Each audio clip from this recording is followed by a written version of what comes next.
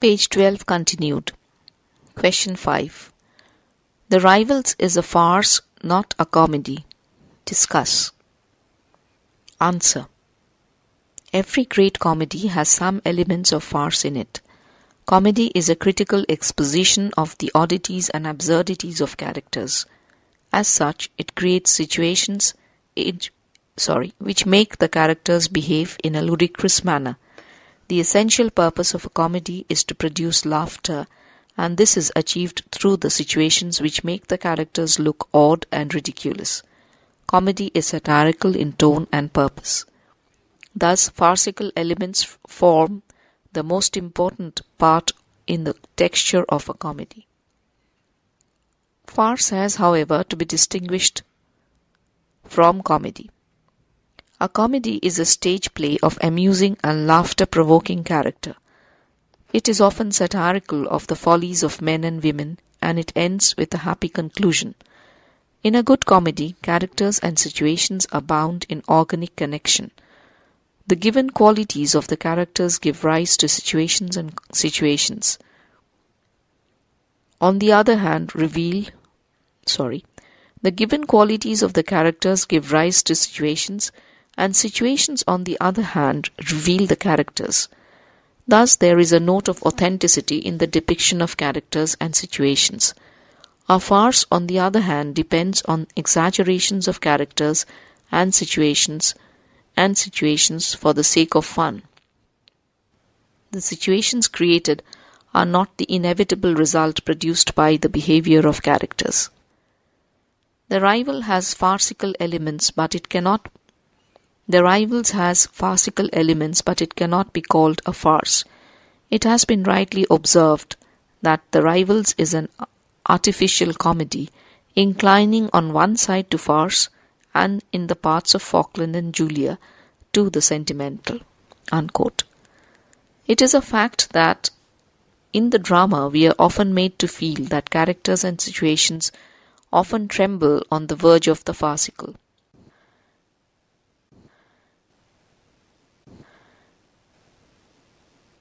Page 13. Mrs. Malaprop becomes a farcical character in many places because we become interested in her wrong use of the words and forget her role in the drama. Bob Acres makes himself farcical by betraying his inherent cowardice under the show of courage. The scene in which Captain Absolute, with a mock-serious anger, reads his own letter to Mrs. Malaprop comes very near to farce. Towards the end of the scene in which Absolute refuses to woo the girl of his father's choice, is cursed and threatened by the angry father, the presentation is farcical. Again, the scene in which Absolute, with mock humility and show of penitence, dupes his father into believing that only out of paternal regard he is ready to accept the girl of his father's choice as his bride, is full of farcical interests. Last of all, the discomfiture of Mrs. Malaprop on the discovery that she was Delia who addressed love letters to Sir Lucius and her renewed offer to encourage his addresses are so ludicrous as to border on the farcical. These exaggerations of situations and characters are meant for creating mirth and fun. But taken as a whole, it is a good comedy because the situations and characters, however exaggerated, do not jar on our sense of realism. It has well-knit structure, and the management of the situation keeps up, quote, dramatic tension and surprise, unquote. The situation largely turns on the intrigues of the characters in the pursuit of their secret love. Characters are contrasted, and thus both characters and situations acquire a sense of authenticity. Julia Falkland episode is highly exaggerated and tends to be farcical, but its dramatic relevance consists in its contrast with the main plot. Similarly, characters like Bob Acres and Sir Lucius become relevant to the drama because of their contrasts to each other and to Absolute. Question 6. Though The Rivals is at times quite close to farce, it has good comic stuff. Discuss. Or, Indicate the farcical elements in the play The Rivals. Question 7. What picture of the 18th century life do you get in The Rivals? Answer. The Rivals presents a vivid picture of the 18th century life in England, but it is not the common 18th century life that is depicted in the play. It depicts the fashionable society life of Sheridan's day. It gives a picture of high life in Bath in the age of the dramatist. The scene in the comedy is laid in Bath in the atmosphere of affectation, intrigue, duelling, and elopement with which Sheridan was familiar. First, it is interesting to note that in the drama there is either direct mention or significant reference to many important sites and buildings which make the topography of the 18th century Bath. Fagg mentions to Thomas, Act 1, Scene 1, that he has an appointment in Guide's Porch, Gydes', Guide's Porch, Porch, in the evening. The Pump Room, capital P-U-M-P, Pump Room was an important meeting place of the sick in the morning as referred to by Fagg in Act 1, Scene 1. Sir Anthony, Act 2, Scene 1, refers to the building called the Crescent or the Royal Crescent, Crescent. There is a mention by Absolute of the Spring Gardens. This is in Act 4, Scene 3. In Act 1, Scene 2, we find Lucy returning from the circulating libraries after the partly successful search for romances ordered by Lydia. These circulating libraries were an important feature of the fashionable leisured town. Besides the topographical references, there are in the drama references to the prevailing rules and regulations introduced by Beau Nash, B-E-A-U, Beau Nash, N-A-S-H, for the decency of social life in the town. Page 14. Dances, parties, and other amusements in the public room of the city were not allowed to run beyond 11 in the night.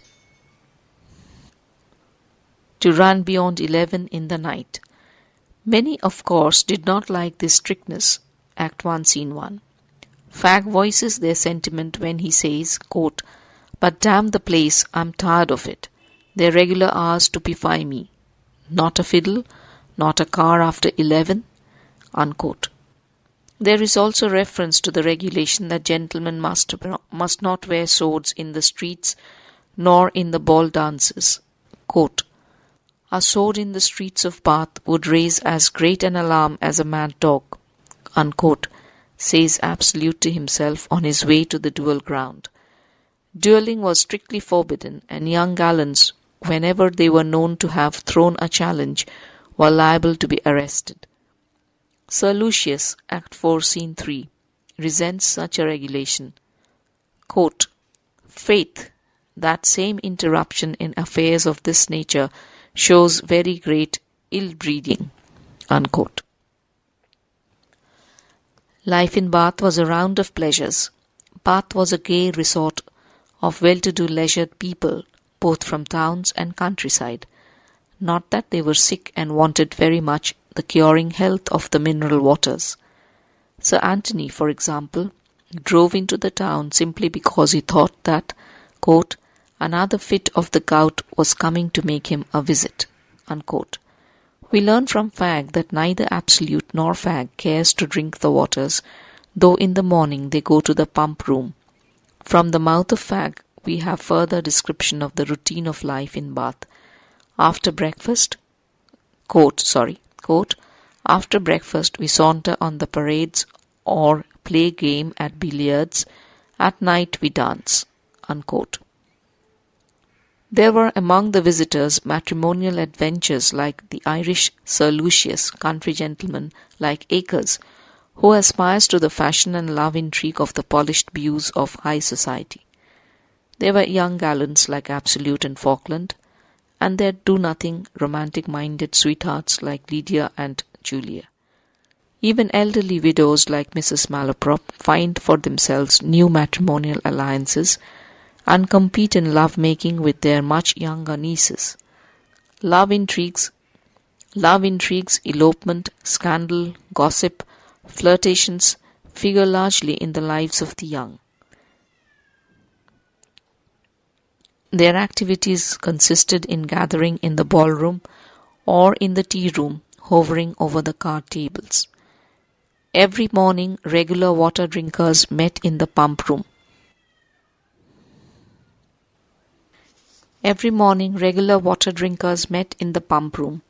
In the ballroom, dresses rustled, feathers waved, lights shone, and jewels sparkled. In the tea room gathered a vast number of old ladies and gentlemen, discussing all the scandals of the day with a gusto that bespoke the intensity of the pleasure they derived from the talks. Seated on some of the back benches were divers married ladies who did not take part in the dance, but abused everybody without reflecting on themselves. Thus life in Bath was one of gaiety and glitter, of richly dressed people, handsome mirrors, and wax candles. The people went through a very pleasant routine, with perhaps a slight tinge of monotony. Question 8. What impressions of fashionable society do you get from the rivals? Answer. See answer to question 7, first and third paragraphs. See also answer to question 17. Question 9. Quote, the great strength of the rivals is that its characters are admirably contrasted. Unquote. Discuss. Answer. The pivotal characters in the rivals are Lydia Languish and Captain Absolute. The play turns on the love intrigues of these characters. Lydia and Absolute are contrasted with other characters and thus made vivid and interesting. Julia offers an interesting contrast to Lydia, and Falkland does the same with regard to Absolute. Lydia is a fantastic, giddy-headed, dreaming of romantic elopement, rope ladder, a coach and four drive to Scotland.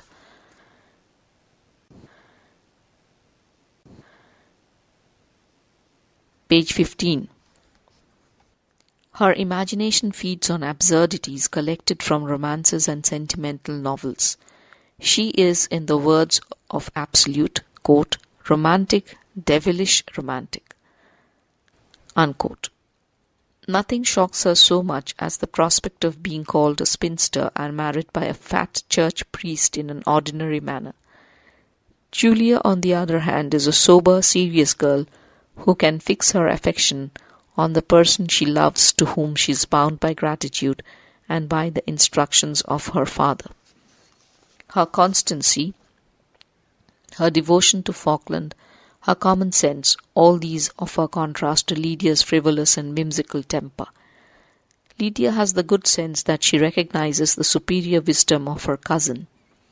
Julia entreats Lydia not to allow a man who loves her sincerely to suffer from her caprice. Julia is sometimes annoyed by the caprices of Falkland and bursts into tears. But in spite of the emotional effusions, Julia never rejects Falkland. Lydia, on the other hand, behaves with wild outburst of temper when her supposed Beverley has to reveal his true identity. As Captain Absolute. Her passion for romantic elopement has a greater weight than her attachment to her lover. Falkland and Absolute are contrasted. Falkland is capricious, suspicious, always dissatisfied with ever prompt in discovering new ground of dissatisfaction and suspicion.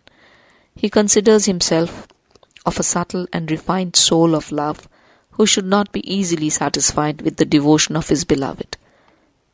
In contrast to Falkland, Absolute is cool-headed and full of common sense. He does not like the romantic absurdities of his beloved. His difficulty is, quote, such is Lydia's caprice, that to undeceive her was probably to lose her, unquote. But he is at last forced by his circumstances to undeceive her and declare himself as Captain Absolute.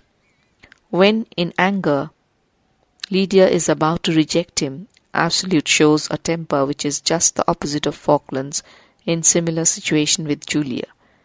As Lydia throws a picture at him, he replies, quote, "Nay, nay, madam, we will not differ as to that."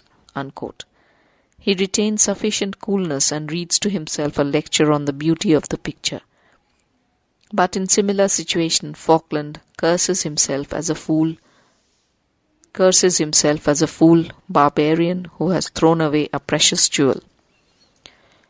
He yields to sentimental effusions, blaming love as tormentor and fiend who, quote, urges sensibility to madness. Unquote. Moreover, Falkland has no sense of humour, but Absolute has that sense of humour which enables him to enjoy the absurdities in the character of his friend, though he sympathizes with him in his self-created unhappiness. As a matter of fact, Julia and Falkland episode, in spite of sentimental exaggeration, has dramatic relevance in the contrast with the pivotal characters of the play. The rivals, Bob Acres and Sir Lucius O'Trigger, offer glaring contrast to each other and to Absolute. Acres is a cowardly country gentleman who thinks it worth his while to cultivate town manners and to seek the hand of a fashionable young lady of the elegant society. Absolute enjoys the fun by provoking him into gallantry.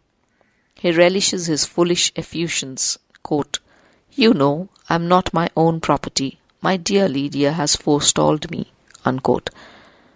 Sir Lucius O'Trigger is a nice contrast to both Acres and Absolute.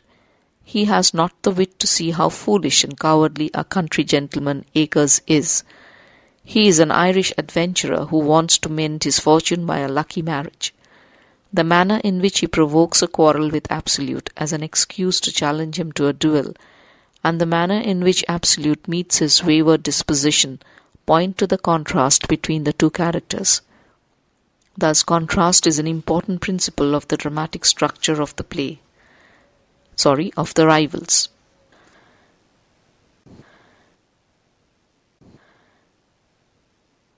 Page 16. Antony Absolute and Mrs. Malaprop are studies in parental tyranny, and they are contrasted in their attitude to their wards. Both are stern and authoritative. Mrs. Malaprop is a comic character. She herself writes love letters under the name of Delia, but she keeps a strict watch over her niece. She does not see the contradiction. Sir Antony Absolute wants his son to marry a girl of his choice, even if that girl has a hump or two, but when his son pretends to surrender to his will, he is disappointed. He calls his son a clever scoundrel with evident satisfaction. These two guardians, with their contradictions and whimsicality, contribute to the structural pattern of the drama. Question 10. The Rivals is a drama of situation and intrigue, within quotes. Discuss. Answer. The Rivals is interesting not so much for the characters as for the management of the situation. The characters represent types rather than individuals, but the management of the situation keeps up, quote, dramatic tension and surprise, unquote. The situation largely turns on the intrigues of the characters in the pursuit of their secret love. In the very opening scene, we meet a situation that has immense possibility for awkward turn in the progress of the dramatic action. Sir Antony arrives at Bath all of a sudden. His son Absolute has already been in Bath. Father and son are quite ignorant of each other's presence in Bath. Thus the situation is ticklish. We know from fact that the son is carrying on a romantic love intrigue with Lydia Languish under the assumed name of Ensign Beverley. In the next scene, the situation is complicated and made full of suspense when we learn that Sir Antony has proposed that Lydia should be given in marriage to his son Absolute. But Lydia will not encourage any other suitor. A new kind of intrigue comes up. Sir Antony's son is to be introduced into the favour of the wayward girl. We also see that Absolute, who masquerades as Beverley, finds his friend Acres a rival to himself. Then comes the most comical situation of the drama, the encounter between Sir Antony and Absolute. Each is ignorant that the girl of one's choice is the girl preferred by the other. A more tense situation is that in which Absolute has to face Lydia in his own person in the presence of his father and Mrs. Malaprop, and has to divulge the secret that he is the same person as Lydia's Beverley. This scene may be called the dramatic climax of the play. Meanwhile, Mrs. Malaprop dismisses Acres in favour of Absolute. Acres' desperate attempt to dress himself as a town fop and carry on his love intrigue in spite of his dismissal is an amusing diversion to us. Sir Lucius's plot to engage Acres against Beverley in a duel and his own challenge to Absolute with the hope of securing Lydia to himself by removing Acres, Beverley and Absolute from his way is a bold intrigue which takes the situation to an almost impossible turn. There is again a ticklish situation of Mrs. Malaprop carrying on love intrigue with Sir Lucius under the name of Delia. Lucy, the maid-servant, takes the letters of Sir Lucius, meant for Lydia, to Mrs. Malaprop. These creates another long intrigue. Thus, The Rivals is a series of cleverly manipulated situations and intricate intrigues from the beginning to the end. The intrigues are ultimately resolved. Lydia agrees to marry Captain Absolute. The rivals Bob Acres and Sir Lucius withdraw. Mrs. Malaprop is betrayed. There is a happy end. Question 11. Write a note on the plot construction of the play. Answer. The Rivals has a well-knit structure. It has precise exposition, distinct development of the intrigue, and a clear denouement and catastrophe.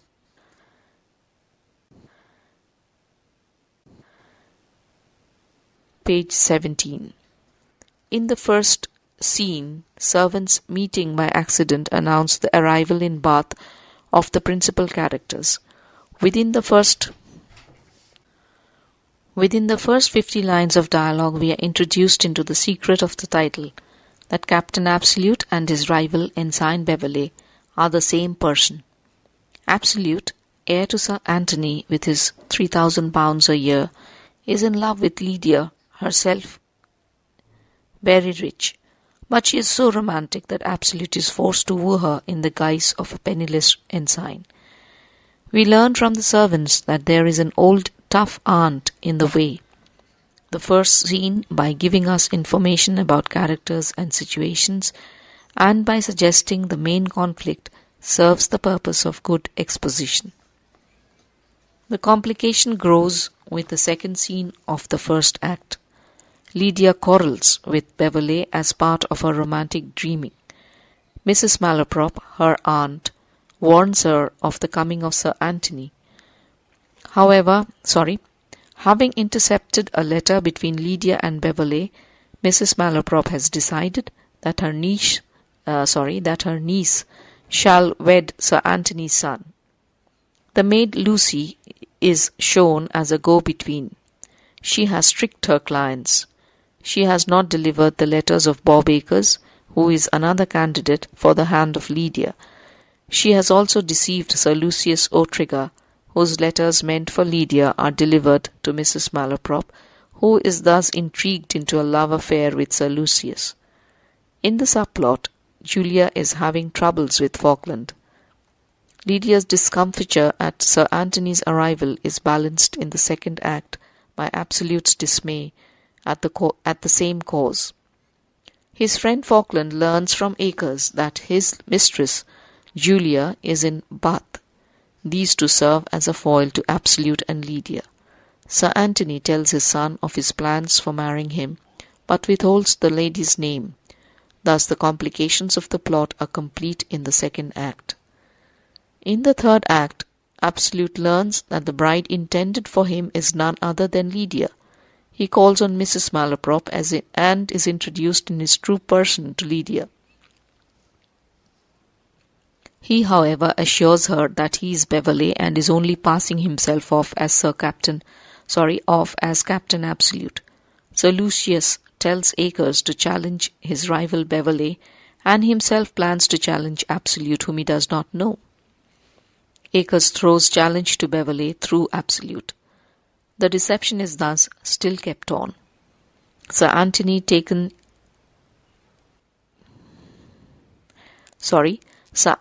who has taken his son to meet Lydia, who is amazed at her ensign passing himself off on the father as Captain Absolute. This may be called the crisis of the play. The deception is discovered, and she will have nothing to do with him. Lucius challenges Absolute, who in the gloomy mood confides to Falkland. This is again repeated by Lydia, turning to Julia for consolation. Both Mrs. Malaprop and Sir Anthony learn of the duel. Falkland is mistaken for the missing Beverley, and others arrive just as Absolute is drawing in reply to Sir Lucius. Bob Acres withdraws when Absolute's identity is disclosed. The duel scene is the climax of the plot. Here the complication reaches the peak point. Again, from this scene, the denouement starts, DENOUEMENT. The timely arrival of Antony, David, and the ladies stops the duel between Absolute and Sir Lucius. Lydia offers herself to Captain Absolute. The mystery of letters is exposed. Sir Lucius declines to have any more romance with Mrs. Malaprop. She is betrayed and disgraced. Julia and Falkland make up their quarrel and consent to marry. Thus the play is full of intrigue and incidents, and there is a brisk movement all through. There is a logical sequence of events, one event leading to the other. Sheridan maintains the unity of time and place. The entire action takes place in Bath, and the time of action does not exceed a few hours.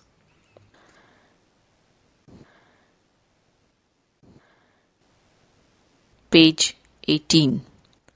The subplot of Falkland and Julia is integrated to the main plot by way of contrast.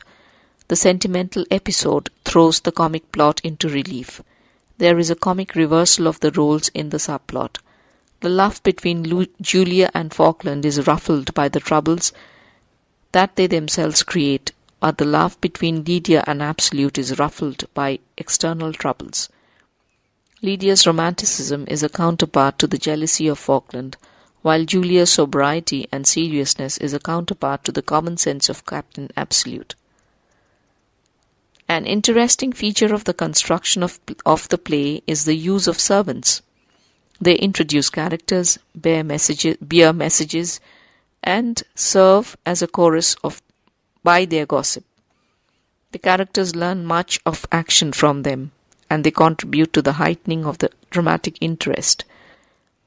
Lucy creates a lot of complication by delivering the letters of Sir Lucius meant for Lydia to Mrs. Malaprop. David brings together all and is instrumental in averting the duel. The servants' scenes are so interposed as to give us information about the goings-on of the plot.